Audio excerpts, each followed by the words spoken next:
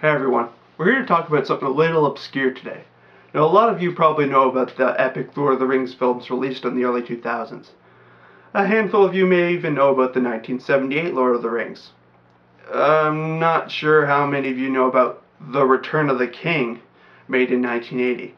But did you know the same company that made that laugh in half also produced a movie based off The Hobbit in 1977? Yeah, I was scared when I found it out too, but it's not nearly as bad as The Return of the King, but it's not great. I mean, it certainly sticks to the story and doesn't go off on as many musical montages, but it still has its fair share. But something always seemed a little off about it to me. Let's see if we can figure that out together. Let's look at The Hobbit. Anyway, the movie starts with not Ian McKellen narrating about Middle-earth and its great P-shaped trees. For those of you who don't know what a hobbit is, a hobbit lives in a hobbit hole, a house built into a hill in the ground. There, in a hole in the ground, lived a hobbit. And that This is our hero, Bilbo Baggins. Like most hobbits, he doesn't like nor care about the world outside the Shire. They're content to eat their 30 meals a day and smoke the oddest pipe I've ever seen.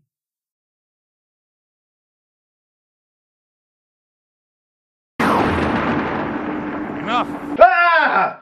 Alright, I'll do whatever you want, just don't make that face again. I am Gandalf, and Gandalf means me. Well, yeah, it's true, you're certainly not Ian McKellen.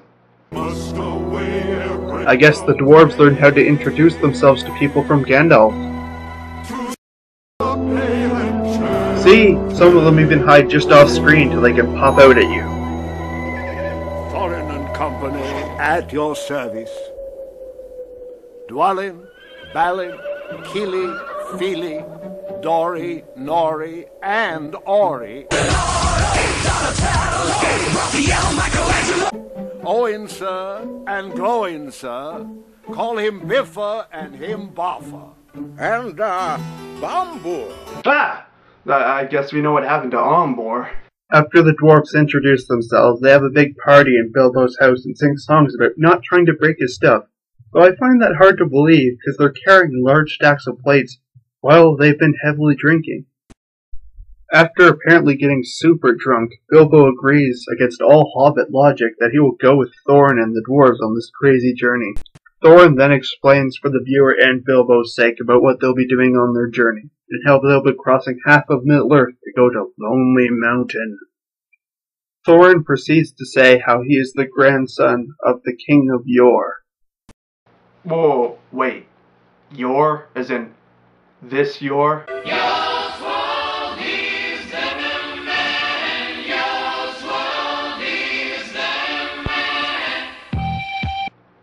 I guess this is what Yor did with his future technology. He started at Middle-earth. Makes sense to me. Though to get the treasure, they'll have to get past the dragon Smog that attacked their kingdom. Though, this part of the story kind of bugged me even in the original story. Okay, you're Thorin, grandson of the king. You and 13 other dwarves are all that's left of your kingdom.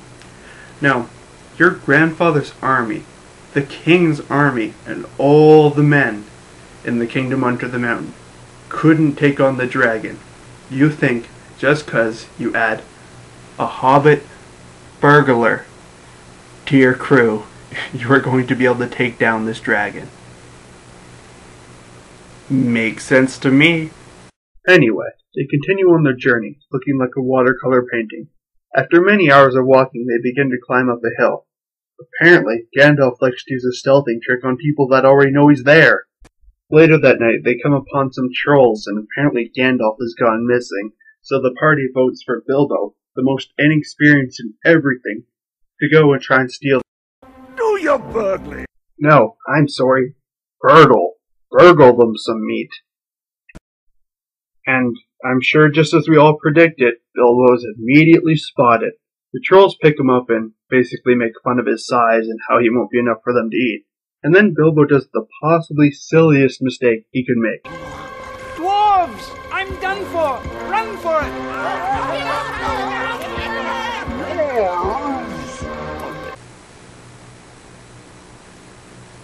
Ugh. They captured them all and tied them up in burlap sacks. It's a good thing they had 14 burlap sacks laying around, or else they might have been out of luck. Then Gandalf appears, using another stealth trick. You know, I have a hard time believing he's a wizard. I think he wants to be a rogue. And apparently it took the trolls all night to gather the dwarfs, because the sun rises and turns them to stone. Thorin, acting realistically for once. Where's that bumbling burglar? That's right, Thorin, you tell him. But I guess burglar Baggins found a safe place to hide, while his friends were going to get eaten alive. But by showing dwarves gold, all is instantly forgiven. Thorin and Gandalf find the two swords that have runes inscribed on them. Bilbo also finds a sword for himself, though it's more like a small dagger. Even then, I think I'd have to call it a knife. Wait. That's not Sting. Is it? No. No. That's not Sting. This is Sting. Yeah. They also find that on the map that they have, there might be a secret tunnel plot convenience for them to sneak through. Okay. Hold on. This is one of my favorite parts in the movie. Watch. And it's covered by a door made to look exactly like the side of the mountain. Here is the key.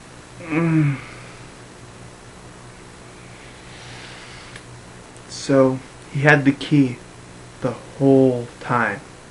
He knew about the secret passage, but he didn't tell him. Why? Why didn't he tell him? Why? It hurts. Keep it safe. Huh? Oh, well, of course I will. Thorin isn't even mad about this, and no one seems surprised by this. Just makes no sense sometimes. After that little debacle, they make their way to Rivendell, where they have dinner with not Hugo Weaving. After a song and some chit-chat, Elrond quickly reveals that the map has moon letters on it. I guess Gandalf couldn't tell them because it would be too easy. Yeah, makes sense. What are moon letters? Runes that can only be seen when the moon shines behind them. Elrond just looked at him like he was explaining the alphabet to a baby. Really? Another thunderclap?